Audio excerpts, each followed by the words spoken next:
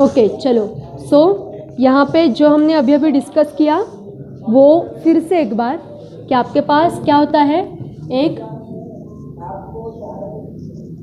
Electrolyte अगर solution है मेरे पास, ठीक है, इसमें पॉजिटिव चार्ज कैरिंग कंपोनेंट्स हैं और जो कुछ है वो नेगेटिव चार्ज कैरिंग कंपोनेंट्स हैं, राइट। सो इसमें से इन दोनों के बीच में ये पोलर कंपाउंड होते हैं और इनके बीच से इलेक्ट्रिकल करंट जो है वो फ्लो होता है, ठीक है। सो अब हम जब करंट के फ्लो की बात करते हैं तो यहाँ पे एक पहला टाइप हमें डिस्कस करना होता है, दैट इज कंडक्टिविटी, ठीक है, conductivity. So there are two type of conductors, okay, उसमें से एक है metallic conductor, okay, metallic conductor, and दूसरा जो है वो होता है इलेक्ट्रोलाइट कंडक्टर, ओके। इसमें से जो इलेक्ट्रोलाइट कंडक्टर है ये आपको नहीं है, ये रिड्यूस सिलेबस में इन लोगों ने माइनस कर दिया है, पर ठीक है, इजी है वो भी, कि ये जो इलेक्ट्रोलाइट सॉल्यूशन होता है उसमें जो आयंस होते हैं, जिनको हम क्या बोलते हैं, आयंस कैसे बनते हैं, कटायंस प्लस अनायंस, ठीक है। सो इनके बीच में, इन दोनों के बीच में जो करंट फ्लो होता है, ओके, और इलेक्ट्रोलाइट एक काम करता है एज मीडियम, जैसे आपके सर्किट में वायर्स होते हैं, ओके, तो वो जैसे काम करता है उनको बोलते हैं इलेक्ट्रोलाइट कंडक्टर, पर इसके बारे में बात करने की ज़रूरत नहीं है, ये आपको है ही नहीं। मेटालिक कंडक्टर है फिर आपको, ठीक है, मेटल्स होते हैं।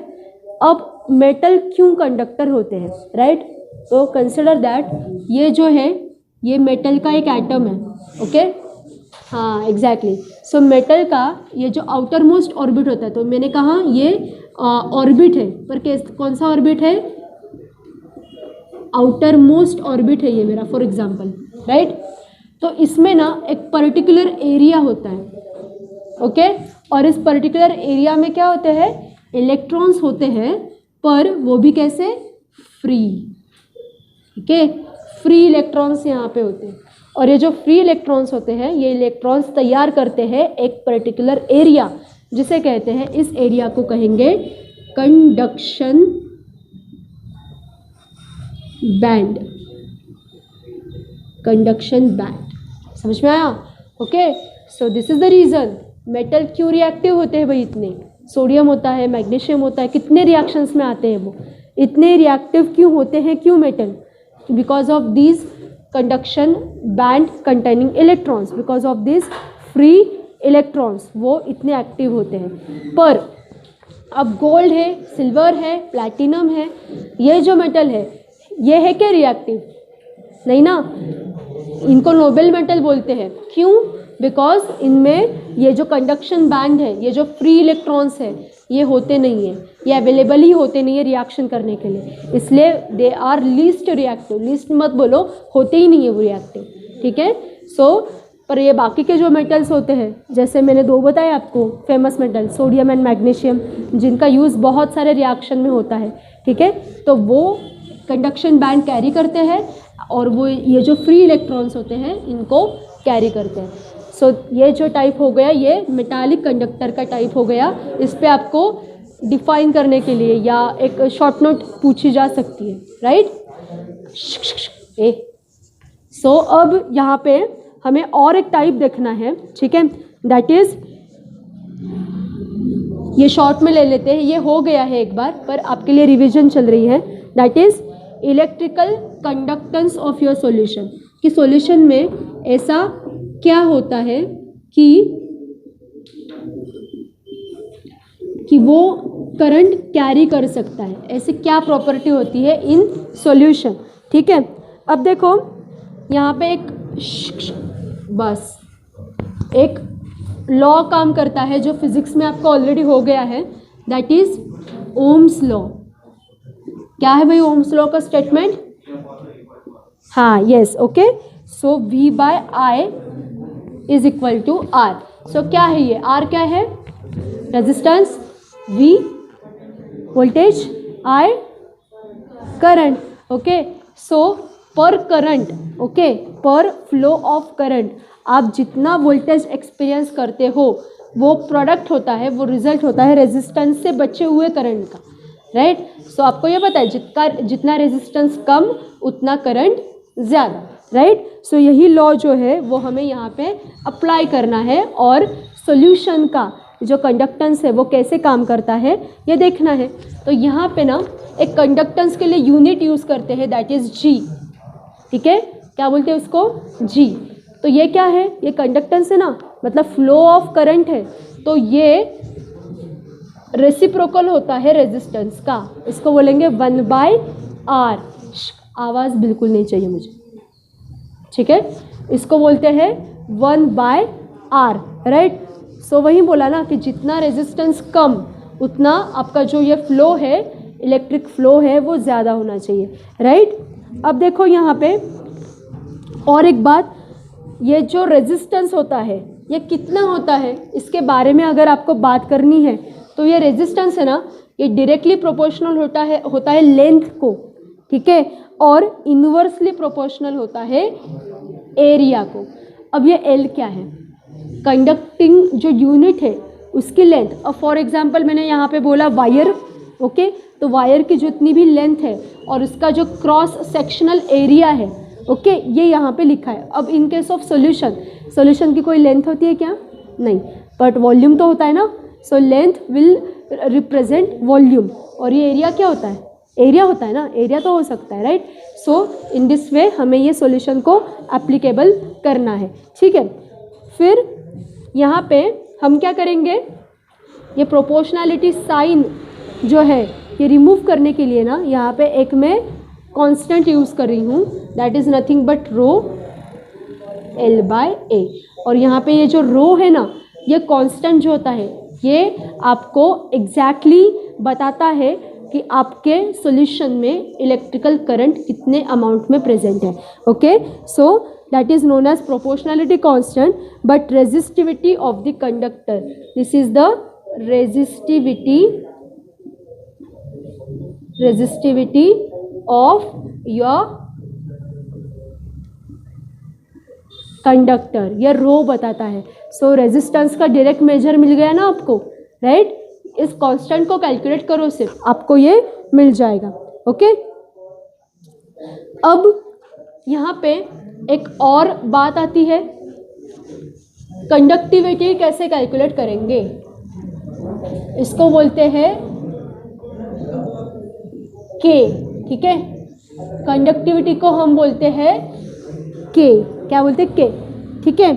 अब ये के कैलकुलेट होता कैसे है, अभी अभी हमने यहाँ पे एक मेजर लिया है, देखो अगर R डायरेक्टली प्रोपोर्शनल है L को और इन्वर्सली प्रोपोर्शनल है A को, तो इन टर्म्स ऑफ G, ये जो G है ये L को कैसे प्रोपोर्शनल होगा, इन्वर्स या डायरेक्टेड, इन्वर्सली, क्योंकि ये एक दूसरे के ऑपोजिट है, राइट। सो G जो है ये डायरेक्टली प्रोपोर्शनल होगा A को और इन्वर्सली प्रोपोर्शनल होगा एरिया को।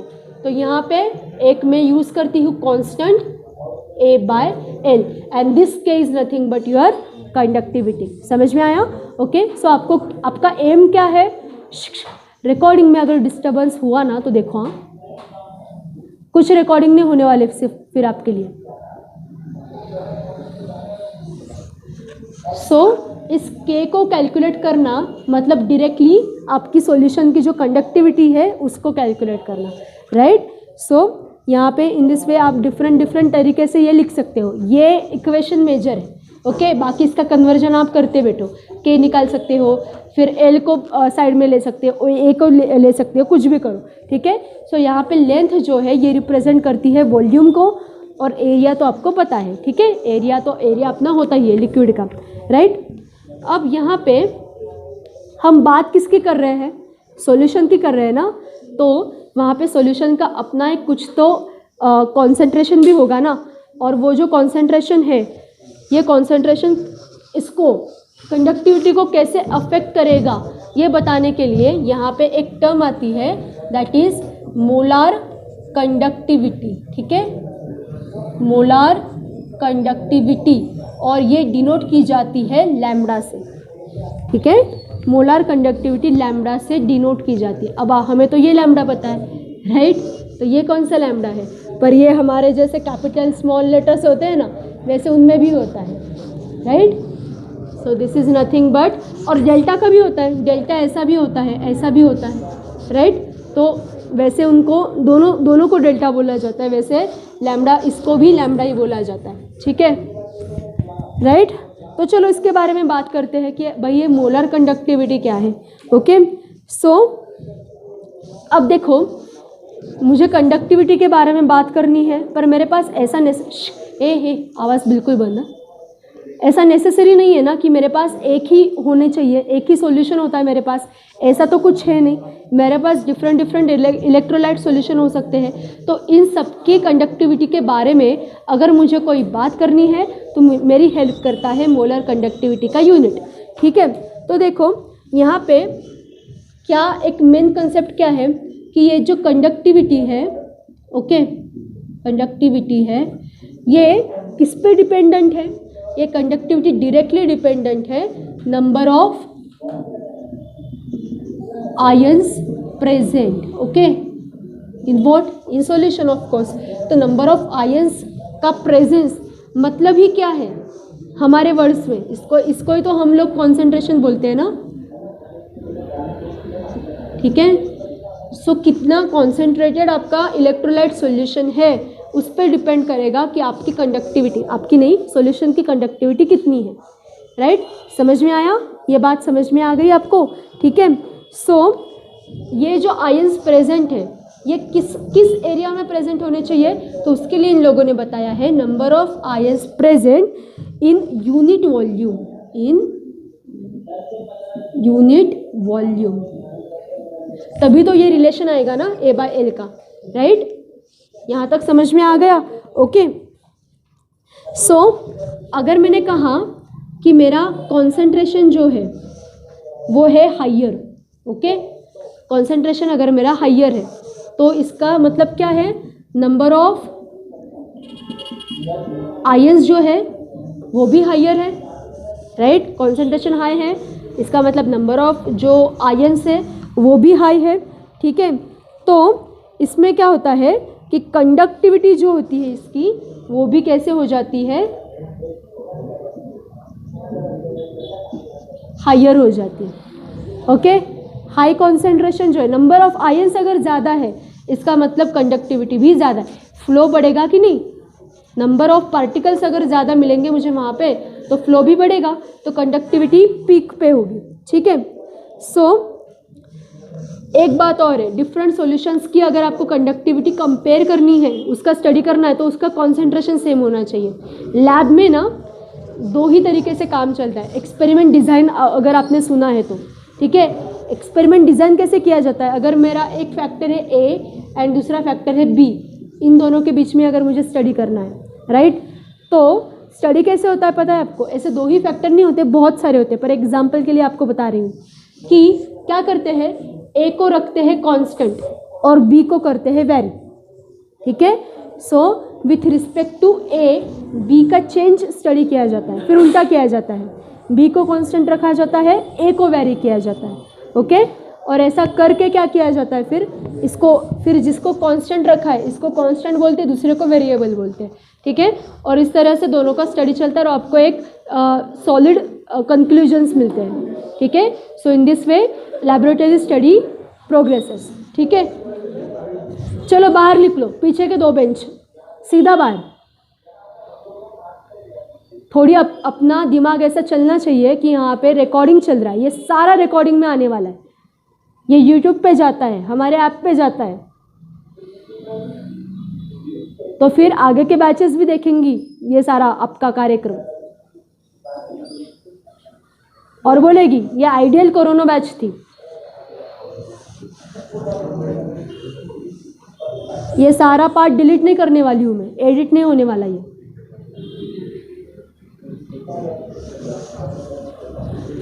ठीक है। और थोड़ा सीरियस हो जाओ, ये 11th के बच्चों के जैसा मत बिहेव करो, उन्हें कुछ नहीं करना है, आपको करना है, आपका पेपर है अभी, ठीक है। सो अब यहाँ पे डायरेक्टली कंडक्टेंस जो है, कंडक्टिविटी का यूनिट हमने के बोल दिया, तो इलेक्ट्रिकल कंडक्शन जो है इसको सी बोलते हैं, ठीक है। और डायरेक्टली यहाँ पे एक रिलेशन आता है, देखो, और वो रिलेशन क्या है, लैम्डा इज इक्वल टू के बाय सी, ठीक है। क्या हो, ये रिलेशन क्या हो गया, लैम्डा इज इक्वल टू के बाय सी। तो यहाँ पे लैम्डा तो आपको पता है, लैम्डा क्या है, मोलर कंडक्टिविटी, यहाँ पे लिख लो, where lambda is equal to molar conductivity, ठीक है। देन योर के क्या है यहाँ पे, के इज द, क्या बोला हमने, कंडक्टिविटी, ठीक है, कंडक्टिविटी। एंड सी क्या है यहाँ पे, व्हाट इज सी, बोलो, सी क्या है, C is nothing but your electric conduction unit, ठीक है। So in this way you can get this molar conductivity. तो यहाँ पे कॉन्सेंट्रेशन का हमें क्या करना है, तो यूज़ करना है, ठीक है। ये ऊपर वाले जो हमने देखे, ये हमने जनरल स्टेटमेंट्स बनाए, राइट, पर हमें ये स्टडी कहाँ पे करना है, लिक्विड में करना है ना, इलेक्ट्रोलाइट सॉल्यूशन में करना है, इसलिए मोलर कॉन्सेंट्रेशन आपकी वहाँ पे हेल्प करता है, ठीक है। सो मोलर कंडक्टिविटी का सिग्निफिकेंस यही है कि विथ रिस्पेक्ट टू कॉन्सेंट्रेशन आपको ये स्टडी करना पड़ता है, क्योंकि नंबर ऑफ आयंस जो है, कितने कटायंस प्रेजेंट है, कितने अनायंस प्रेजेंट है, ये आपको कौन बताएगा, ये आपको यही मोलर कंडक्टिविटी ही बताएगी, उसका मोलर कॉन्सेंट्रेशन बताएगा। सो ये जो रिलेशन है, ये किसका रिलेशन है, molar concentration to molar conductivity, इसका ये रिलेशन है, और उसे हमने बोला है क्या, लैम्डा। समझ में आया इतना पार्ट, कुछ क्वेश्चन यहाँ पे। अब यहाँ पे ये जो के है, कौन सा, कंडक्टिविटी एंड मोलर कंडक्टिविटी का हमें रिलेशन स्टडी करना है कि इसमें क्या, कैसे पैटर्न चेंज होता है, ठीक है। सो यूनिट वाइज स्टडी है वो। सो देखो रिलेशन, ये पेपर में पूछा जाता है, हाँ, रिलेशन ऑफ के एंड लैम्डा क्या है, ओके। इसका अगर आपको स्टडी करना है तो आपको क्या करना पड़ेगा कि आपको उसके यूनिट पता होने चाहिए। सो पहले के का यूनिट देखते हैं क्या है। सो ये के क्या है, के इलेक्ट्रिकल कंडक्टेंस है, राइट। सो किसका, so electrical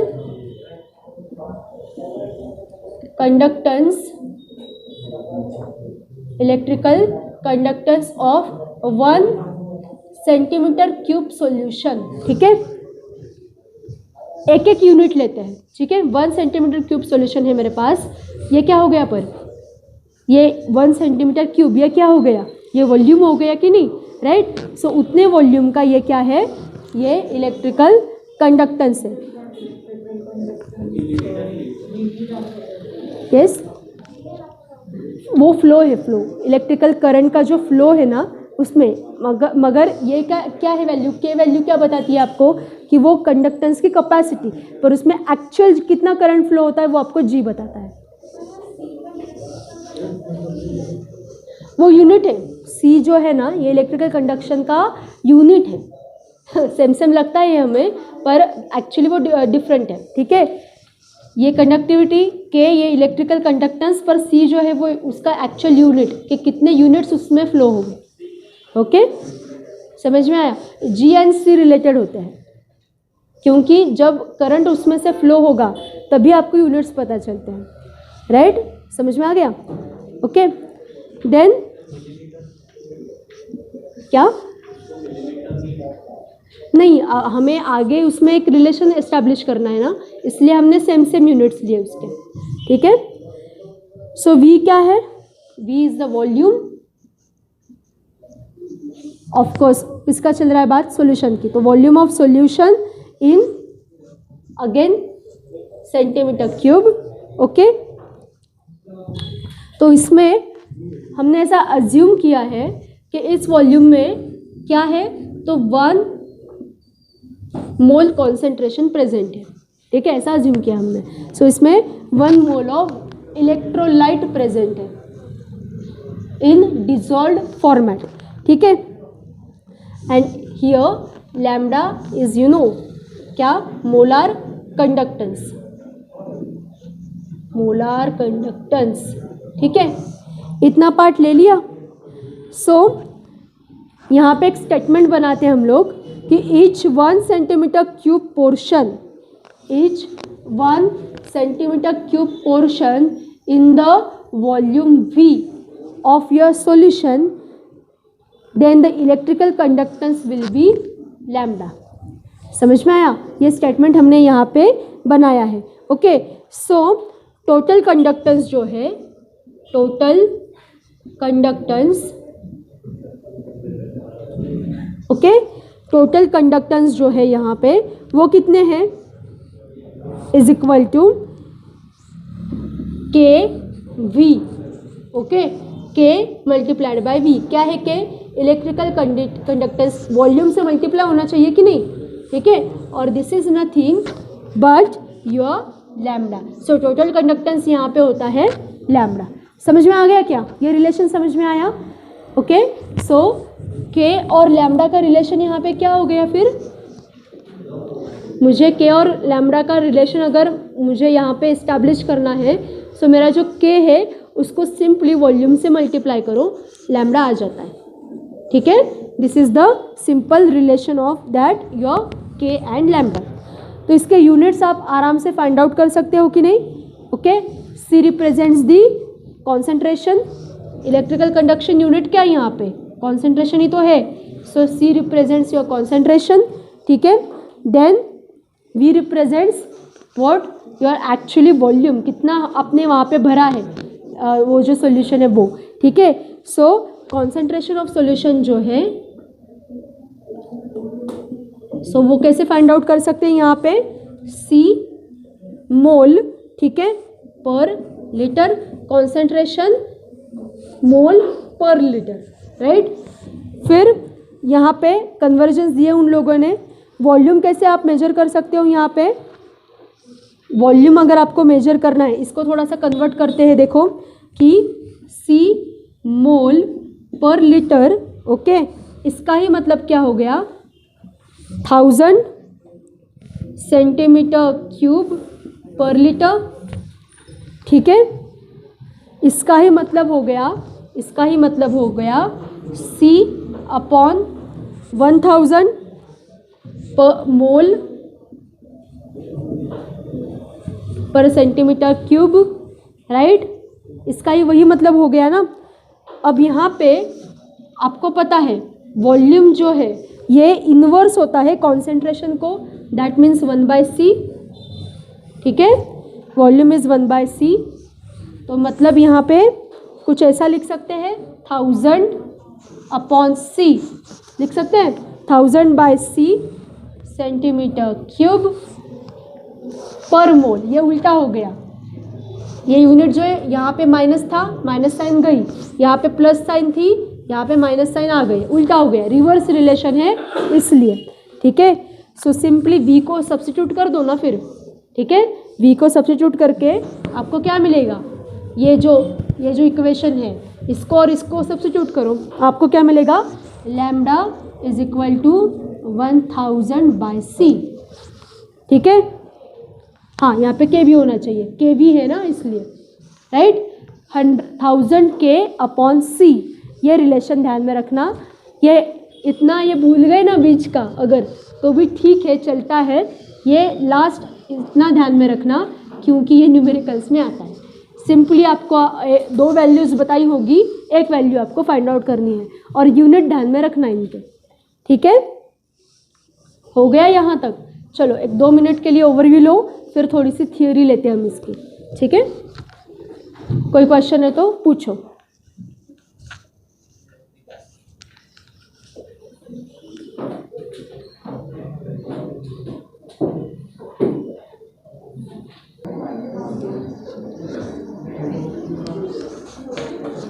Okay, so far we have discussed K and lambda. Okay, one is what? Electrical conductance.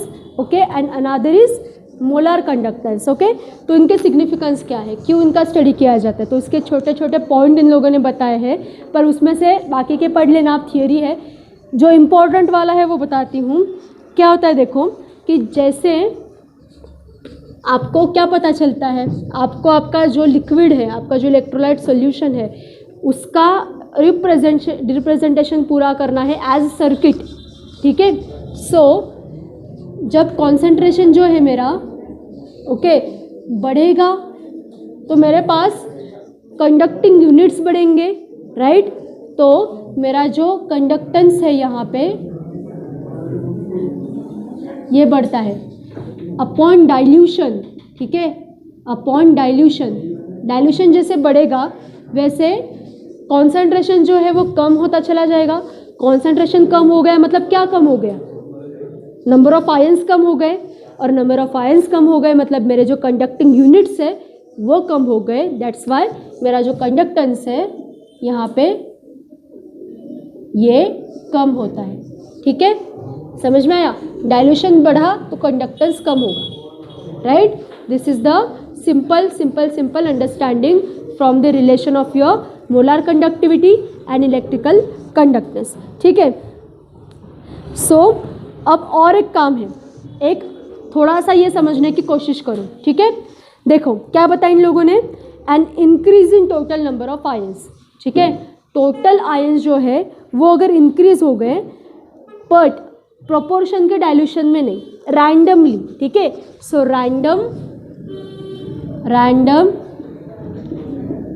Increase in ions. ठीक है, रैंडम इंक्रीज इन आयंस अगर ऐसा हो गया, okay, but not in the proportion of your dilution. Okay, तो यहाँ पे क्या होता है कि टोटल जो आपने लिक्विड मेजर करके रखा है उसका जो प्रोपोर्शन है वो डिस्टर्ब हो जाता है. ठीक है, so number of ions per unit volume. Okay, number of ions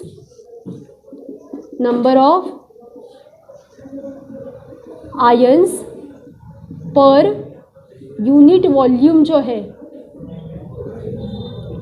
वो यहाँ पे डिक्रीज होते हैं. ठीक है, वो यहाँ पे क्या होते हैं, डिक्रीज होते हैं. सो इसका ही मतलब क्या हो गया कि आयंस इंक्रीज तो हो रहे हैं, ओके, पर ये नंबर ऑफ आयंस जो है, ये जो वॉल्यूम से रिलेटेड है वो यहाँ पे डिक्रीज हो रहे हैं. तो इसका मतलब क्या हो गया कि कंडक्टिविटी जो है यहाँ पे ये भी डिक्रीज होती है. ऐसा मत सोचो कि अरे यहाँ पे आयंस इंक्रीज हो गए तो कंडक्टिविटी इंक्रीज होनी चाहिए, ऐसा नहीं. ये रिलेशन कैसे है, विथ रिस्पेक्ट टू वॉल्यूम है, विथ रिस्पेक्ट टू कॉन्सेंट्रेशन है. कॉन्सेंट्रेशन मेंटेन रहना चाहिए तो ही कंडक्टिविटी मेंटेन रहेगी. ये सीधा साधा आपका रिलेशन है. ठीक है, देन कॉन्सेंट्रेशन के बारे में तो अलग से बात करने की ज़रूरत ही नहीं है, क्योंकि मोलर कंडक्टिविटी क्या है, इलेक्ट्रिकल कंडक्टेंस है 1 मोल ऑफ इलेक्ट्रोलाइट का. एक बार फिर से समझाती हूँ. देखो, मोलर कंडक्टिविटी क्या है, इट इज़ नथिंग. ये कंडक्टिविटी क्या है, ये अलग कोई ऐसी दूसरी चीज़ नहीं है. ये क्या है, this is the electrical conductance only. Okay, this is simply electrical conductance. But किसका electrical conductance, electrical conductance of 1 mole of electrolyte. इसका जो इलेक्ट्रिकल कंडक्टेंस होगा ये हो गया आपका कॉन्सेंट्रेशन. ठीक है, इसलिए मोलर कंडक्टिविटी और कॉन्सेंट्रेशन का इस तरह से रिलेशन होता है. ये समझ में आ गया क्या अब. ठीक है, इलेक्ट्रोलाइट मतलब क्या, आपके सोल्यूशन में जो चार्ज कैरिंग आयन है कि नहीं, उसका अगर मैंने 1 मोल लिया और उसकी कंडक्टिविटी अगर मैंने मेजर की तो that conductivity will be this molar conductivity. Got this point. Okay, हो गया, ये ध्यान में रहेगा. इतना ध्यान में रखा तो भी आपके सारे रिलेशंस बराबर आएंगे. ठीक है, इतना भी अगर ध्यान में रखा तो भी चलेगा. ओके, बाकी का आराम से बराबर आ जाता है. ओके, बाकी का कुछ डिफ़िकल्ट नहीं है. ओके, तो अभी हमने बोला है कि कॉन्सेंट्रेशन जैसे जैसे चेंज होता है, कॉन्सेंट्रेशन अल्टर हो गया तो मोलार कंडक्टिविटी भी अल्टर होती है। पर कैसे? उसके लिए एक हम ग्राफ फॉलो करते चलो, ठीक है। उसके लिए ग्राफ स्टडी करेंगे, इस ग्राफ से पता चलेगा। सो यहाँ पे एक मेरा लैम्डा है, ठीक है, और उस लैम्डा का जर्नी मुझे करना है लैम्डा 0 तक, ठीक है। और ये लिमिट्स हो गए फिर आपके, ठीक है। लैम्डा 0 टू लैम्डा ऐसा होना चाहिए एक्चुअली, ठीक है। सो ये आपके हो गए लिमिट्स, ओके। एंड यहाँ पे ना मैं ले रही हूँ square root of your concentration, क्योंकि कॉन्सेंट्रेशन हाइयर होते हैं, इतने बड़े बड़े कॉन्सेंट्रेशन ग्राफ में प्लॉट करने जाए तो ग्राफ आपका एंड हो जाता है, इसलिए स्क्वायर रूट लेते हैं, उसको कॉम्प्रेस करते हैं, ठीक है। तो यहाँ पे इलेक्ट्रोलाइट्स बिहेवियर कैसा दिखाते हैं देखो, एक ऐसा एक ऐसा, ठीक है। देखो जो स्ट्रॉन्ग इलेक्ट्रोलाइट है ना, ये जो नेचर है ये वाला, ये स्ट्रॉन्ग इलेक्ट्रोलाइट दिखाता है, स्ट्रॉन्ग इलेक्ट्रोलाइट। और ये वाला जो नेचर है ये दिखाते हैं week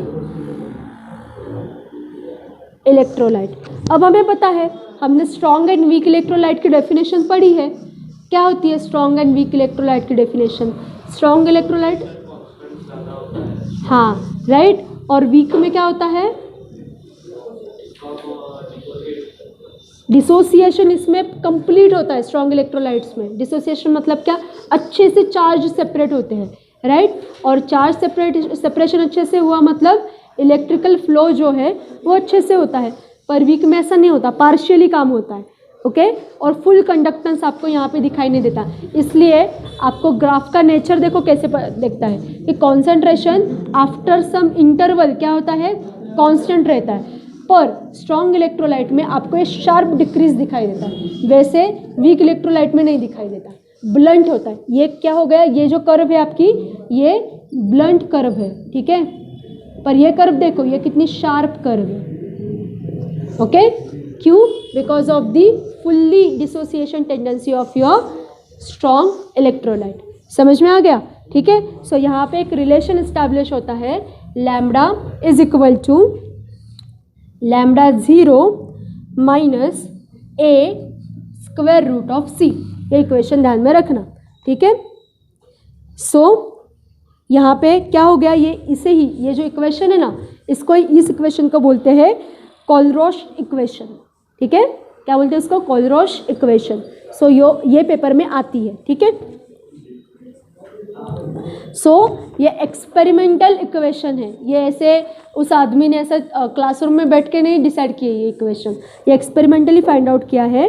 the molar conductivity of strong electrolyte, the molar conductivity of strong electrolyte varies linearly with square root of concentration, and here this A, ये जो A है ये है constant। और ये इक्वेशन किसको एप्लीकेबल है? In case of strong electrolytes, ठीक है। ये स्ट्रॉन्ग इलेक्ट्रोलाइट्स का एप्लीकेबल है कि आपकी जो मोलर कंडक्टिविटी है ये आपको क्या होती है, ये कि जो वेरिड मोलर कंडक्टिविटी है उससे माइनस करना पड़ता है आपको कॉन्सेंट्रेशन का स्क्वायर रूट, ओके। ये एक्सपेरिमेंटली उसने फाइंड आउट किया है कि ऐसा नेचर, ऐसा पैटर्न दिखाई देता है। इक्वेशंस कैसे बनते हैं, ओके, ABCD XY जो भी आप डालते हो, तो वो इक्वेशंस कैसे बनते हैं? एक पैटर्न ऑब्जर्व करते हैं वो लोग, ठीक है, कि ये पैटर्न रिपीटेडली आ रहा है, तो फिर उस पैटर्न को वो लीनियर फॉर्मेट में कन्वर्ट करते हैं, अलजेब्रिक फॉर्मेट में कन्वर्ट करते हैं, और फिर हमारे इक्वेशंस बनते हैं। इक्वेशंस ऐसे इमेजिनरी नहीं होते, those all equations are experimental findings, ठीक है। वैसे ये एक्सपेरिमेंटल फाइंडिंग यहाँ पे है, ठीक है। सो ये प्लॉट आपको लीनियर प्लॉट यहाँ पे दिखाई देता है, यहाँ पे आपको ये लीनियर प्लॉट मिलता है। Now this is all about strong electrolytes, ठीक है। अब वीक इलेक्ट्रोलाइट्स का क्या करें, उनका भी तो कुछ अपना पैटर्न होगा ना, भले इतना अच्छा नहीं होगा पर होगा ना। तो वीक इलेक्ट्रोलाइट्स के केस में क्या होता है, देखो कि मोलर कंडक्टिविटी इंक्रीज होती है रैपिडली, ठीक है, एकदम जोर से, फास्टली एकदम इंक्रीज होती है, ठीक है। कब, upon dilution, okay. But obvious in case of weak electrolytes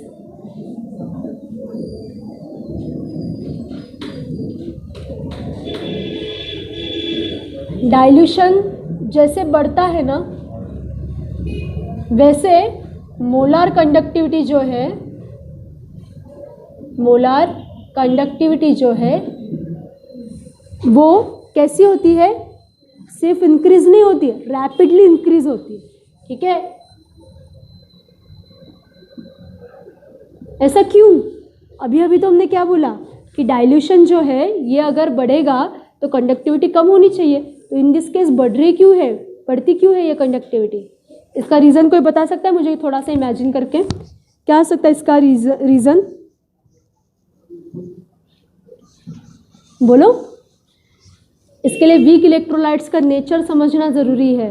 weak electrolytes में डिसोसिएशन कंप्लीटेड नहीं होता है, चार्ज जो है वो अच्छे से क्या होते हैं, अलग अलग नहीं होते हैं। दिस इज़ द रीज़न कि उनकी कंडक्टिविटी लो होती है। पर जैसे हम डाइल्यूशन बढ़ाते हैं तो उनके चार्ज सेपरेशन को हम एनहांस करते हैं और उनका जो डिसोसिएशन है वो क्या होता है, एनहांस होता है, इम्प्रूव होता है। सो यहाँ पे because of the improved dissociation आपको रिजल्ट मिलेगा कि मोलर कंडक्टिविटी इंक्रीज होती है। वीक इलेक्ट्रोलाइट्स में रिलेशन उल्टा होता है, not as strong electrolytes. Strong electrolytes में ये उल्टा होगा, डाइल्यूशन अगर बढ़ा दिया तो मोलर कंडक्टिविटी कम होगी, ओके। वीक इलेक्ट्रोलाइट्स में उल्टा होता है। This is the simple thing to remember, ठीक है। सो यहाँ पे ज़ीरो कॉन्सेंट्रेशन पे अगर मेरे सॉल्यूशन का कॉन्सेंट्रेशन ज़ीरो है, ठीक है, ये जो मेरा C है ये ज़ीरो है, तो मेरे लैम्डा पे कैसे असर होगा, इसके लिए ये प्लॉट हमारी हेल्प करता है, ठीक है। यहाँ पे मेरा जो लैम्डा है ये कितना होना चाहिए, ये आपकी यहाँ पे हेल्प करेगा, ठीक है। पर ये मेथड वीक इलेक्ट्रोलाइट्स पे काम नहीं करती है, ठीक है, क्योंकि वीक इलेक्ट्रोलाइट्स में आपका इनिशियल कॉन्सेंट्रेशन आप कैच ही नहीं कर सकते, राइट। सो डाइल्यूशन पे फेज चेंज होती है पर इनिशियल कॉन्सेंट्रेशन आपको वहाँ पे मिलता नहीं है, इसलिए ये काम, ये जो ग्राफिकल मेथड है ये नॉन इलेक्ट्रोलाइट्स में, सॉरी वीक इलेक्ट्रोलाइट्स में काम नहीं करती, स्ट्रॉन्ग इलेक्ट्रोलाइट्स में ये काम करती है, ठीक है। क्योंकि ये वाली कर्व है ये ज़ीरो तक अप्रोच ही नहीं करती, ठीक है, तो करेगी नहीं तो फाइंड आउट कैसे करेंगे, एक्स्ट्रापोलेट कैसे करेंगे, ठीक है। सो ये कर्व जो है वो वहाँ पे काम नहीं करती है, ओके। सो आप डायरेक्टली ये जो लॉ है आपका, ये law mathematically equation wise find out करके, कैलकुलेशन करके आप वहाँ पे क्या कर सकते हो, कैलकुलेट कर सकते हो। स्ट्रॉन्ग इलेक्ट्रोलाइट में ग्राफिकल मेथड काम करती है पर वीक इलेक्ट्रोलाइट्स में डायरेक्टली आपको इक्वेशन से फाइंड आउट करना पड़ेगा, ठीक है। यहाँ तक समझ में आ गया, कोई क्वेश्चन यहाँ पे, ठीक है। थोड़ा सा पढ़ना है इसके बारे में, थोड़ा सा देखना है, देखो चलो 1-2 मिनट में ओवरव्यू देखो इसका पूरा, क्वेश्चन है तो पूछो।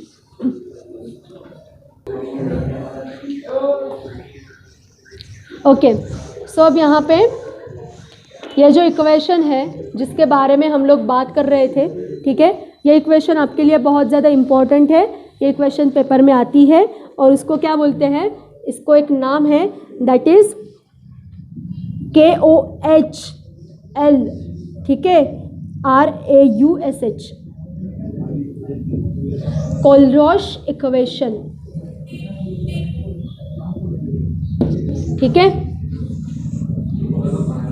अब ये जो थियोरी है, ये थियोरी आपको अच्छे से समझनी है कि एग्जैक्टली ये थियोरी क्या बताती है, ओके। सो इसने ये जो आदमी है इसने यही एक बात बताई है कि आपका जो मोलर कंडक्टेंस है, ओके, आपका जो मोलर कंडक्टेंस है वो कॉन्सेंट्रेशन जैसे वैरी होता है वैसे वैरी होता है, ओके, बस इतना ही उसने बताया। तो उसका वैरी होने का पैटर्न क्या है, तो पैटर्न है ये, राइट। अब देखो ये जो लॉ है, ये अगर मैंने ऐसा बोला कि ये जो लॉ है, ये अगर मैंने आयन के मूवमेंट पे इंडिपेंडेंट स्टडी किया, मतलब आयन की मूवमेंट कितनी भी होने दो, पर कैसे मोलर कंडक्टिविटी उस पर अफेक्ट करती है, ये अगर मुझे करना है तो मुझे स्टडी करना पड़ेगा independent migration of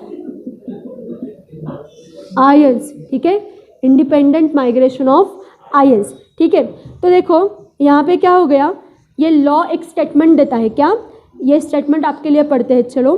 infinite dilution, eight infinite dilution each ion migrates independent of co-ion and contribute to total molar conductivity of electrolyte irrespective of the nature of other ion to which it is dissociated। अब देखो dissociation का जो बस dissociation का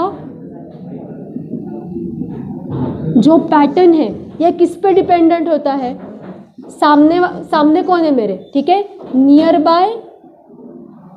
bye ion कौन है, इस पे ये डिपेंडेंट होता है, राइट। ये यहाँ तक समझ में आ गया। पर अगर मैंने मेरा जो सॉल्यूशन है उसका कॉन्सेंट्रेशन एकदम कम कर दिया, मतलब मैंने वहाँ पे क्या किया, इनफाइनाइट डाइल्यूशन, मतलब इतना पानी होता उसमें कि बस, ठीक है, बहुत ज़्यादा मैंने उसमें वो सॉल्यूशन है वो डाइल्यूट करके रखा है। सो अगर मैंने ऐसा किया तो मुझे क्या मिलेगा, at that particular moment, okay, at this stage मेरा जो आयन है उसका जो माइग्रेशन है, उसका जो मूवमेंट है, सो आयन माइग्रेशन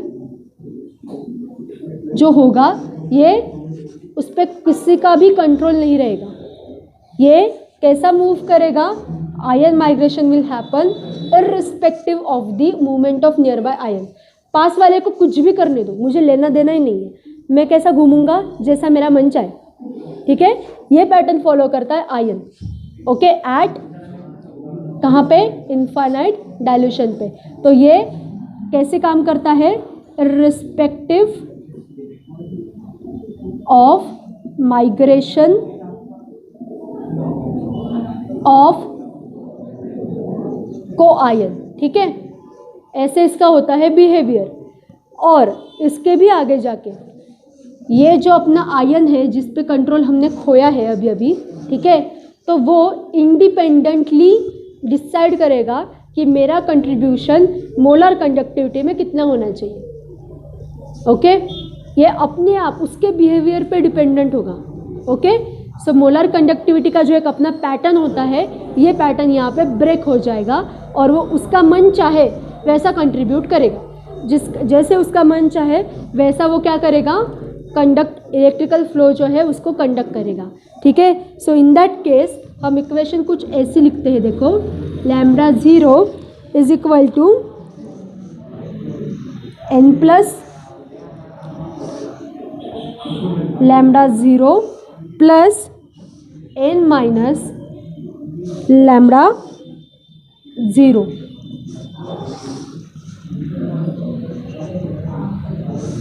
ठीक है। सो इस तरह से ये इक्वेशन लिखी जाती है, ओके, वेयर लैम्ब्डा प्लस, कौन से लैम्ब्डा, ये वाले, हाँ, lambda plus and lambda minus, ये जो दोनों है ये क्या है, कंडक्टिविटीज ऑफ कटायन एंड अनायन, ठीक है। सो कंडक्टिविटीज ऑफ, ये हो गई कटायन की, ये हो गई अनायन की, ठीक है, different, okay, individual conductivities of cation, individual conductivity of अनायन, ठीक है। n प्लस एन n0 क्या है, number of moles of cation and अनायन, ठीक है, number of moles of cation, ये क्या है, नंबर ऑफ मोल्स ऑफ अनायन, ठीक है। इस तरह से आपको यहाँ पे क्या मिलता है, टोटल कंडक्टेंस, ठीक है। इस तरह से आपको यहाँ पे टोटल कंडक्टेंस मिलने लगता है, ठीक है। एट ये इक्वेशन कहाँ पे काम करेगा?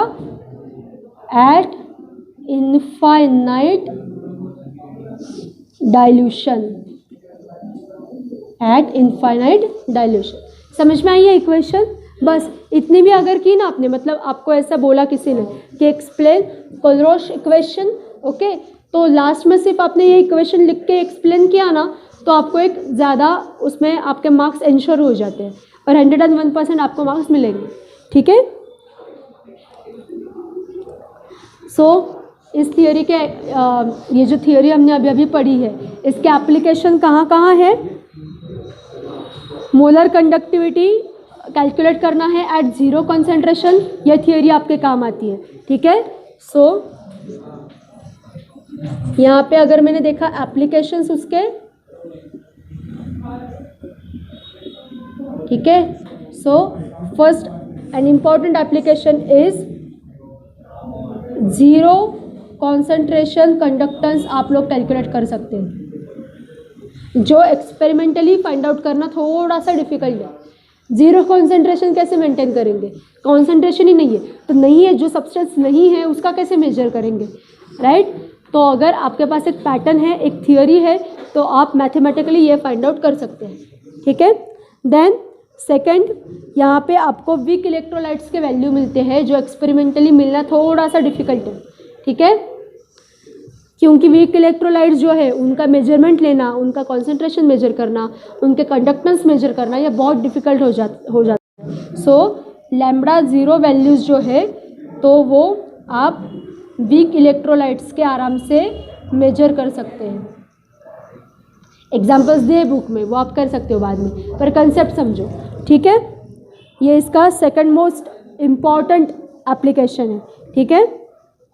सो अगर ये लैम्बडा ज़ीरो वैल्यू आप स्ट्रॉन्ग इलेक्ट्रोलाइट की फाइंड आउट कर सकते हैं, तो आराम से थेरोटिकली आप वीक इलेक्ट्रोलाइट की भी फाइंड आउट कर सकते हैं और फिर एक्सपेरिमेंटली कंफर्म कर सकते हैं कि मैंने जो फाइंड आउट किया है ये करेक्ट है कि नहीं, राइट।